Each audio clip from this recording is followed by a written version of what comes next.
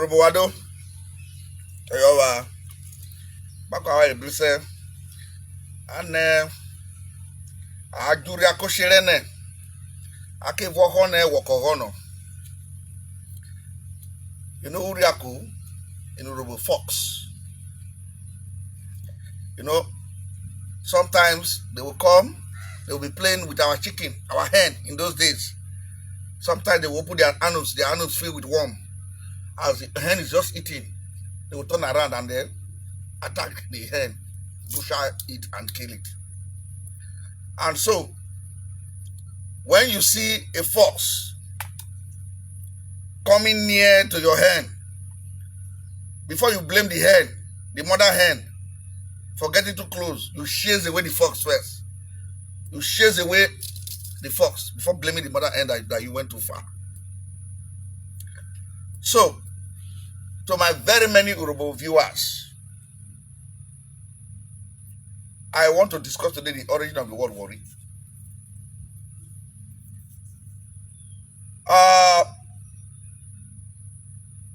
There is no judicial pronouncement on the origin of the word Warri. Every person is saying what is right in his eyes.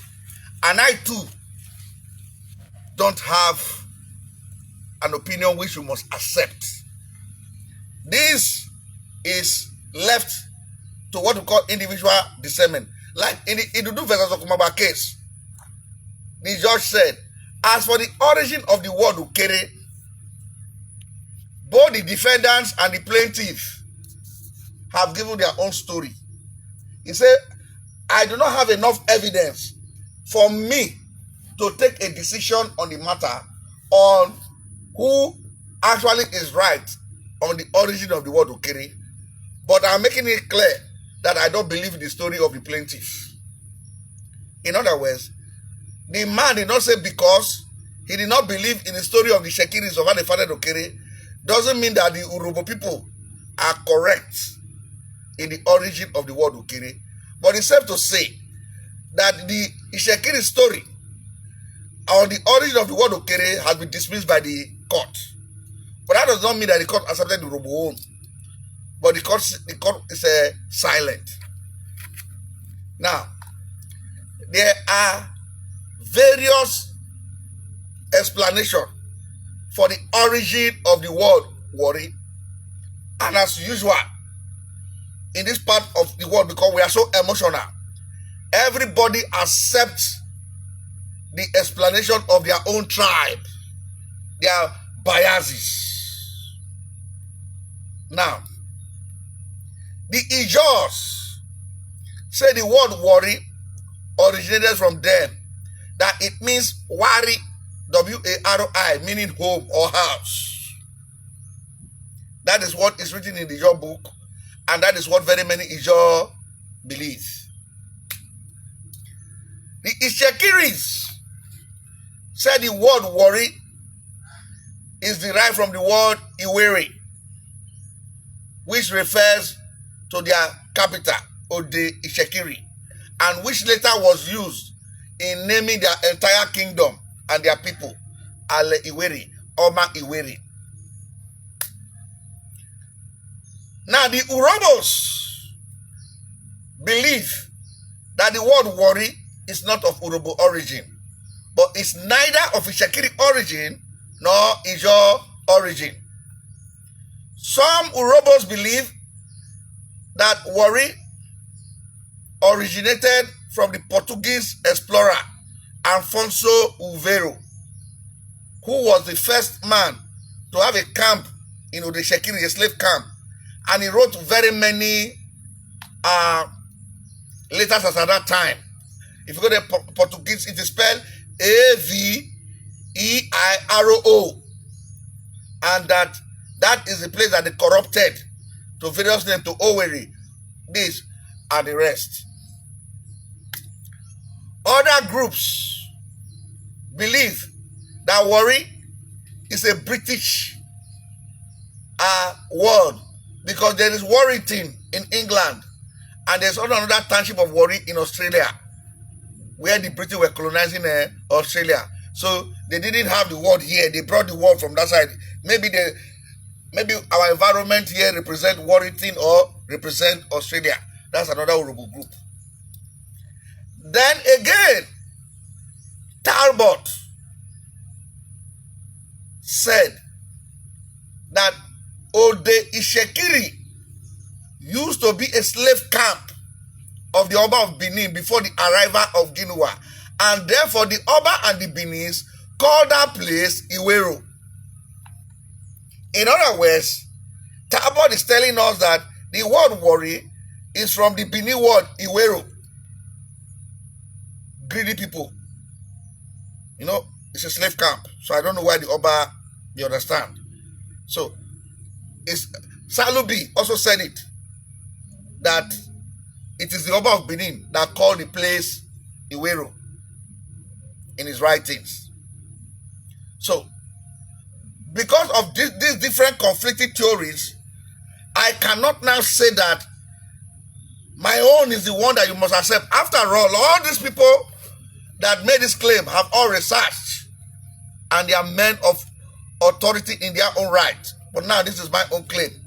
Which place were they referring to?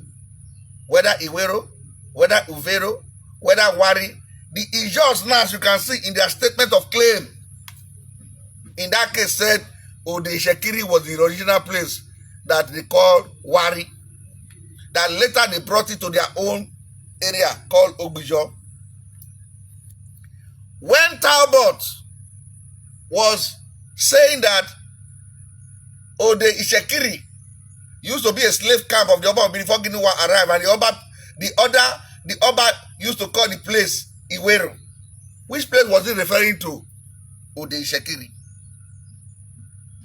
Now, those people who said it is as a result of the Portuguese explorer Enferso Uvero, who was in charge of the slave in Ode Ishekiri camp. Where? Ode Ishekiri. So what am I trying to say? Whatever is the origin of the word Warri, the original place, the original geography referred to was Ode Ishekiri. And so, if Ode Ishekiri is the place that they were referring to as Warri, what do you think they called King of Ode Ishekiri at that time? And that is why you will see that the Portuguese wrote that they visited Warri in the year 1690, and they met the king of Warri and built a church, St. Anthony's Church. It is still there. What am I trying to say?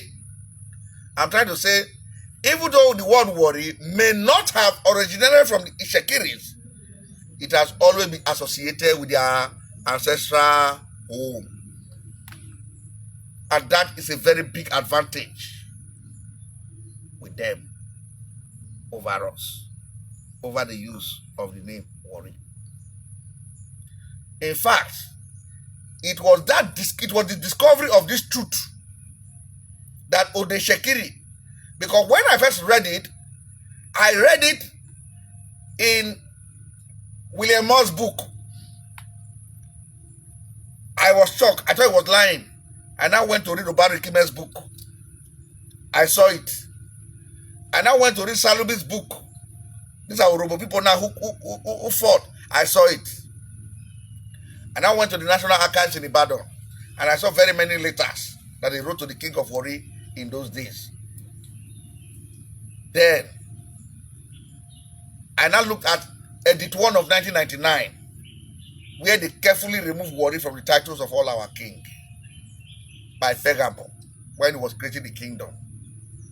It was then I said, instead of trying to argue and fight for a name that was not associated with any of our community from the beginning, we should change our own territory, because that name was used in stealing Agbasa land.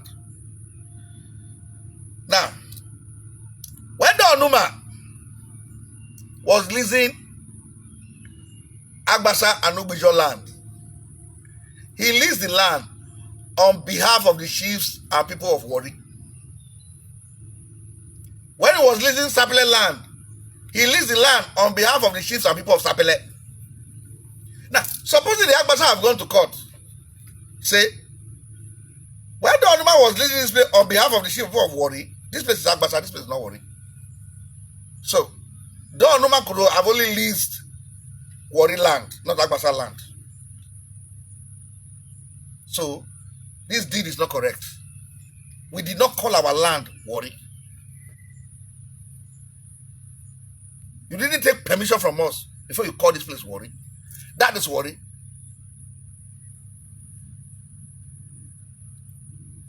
You know, that would have been a very sound argument.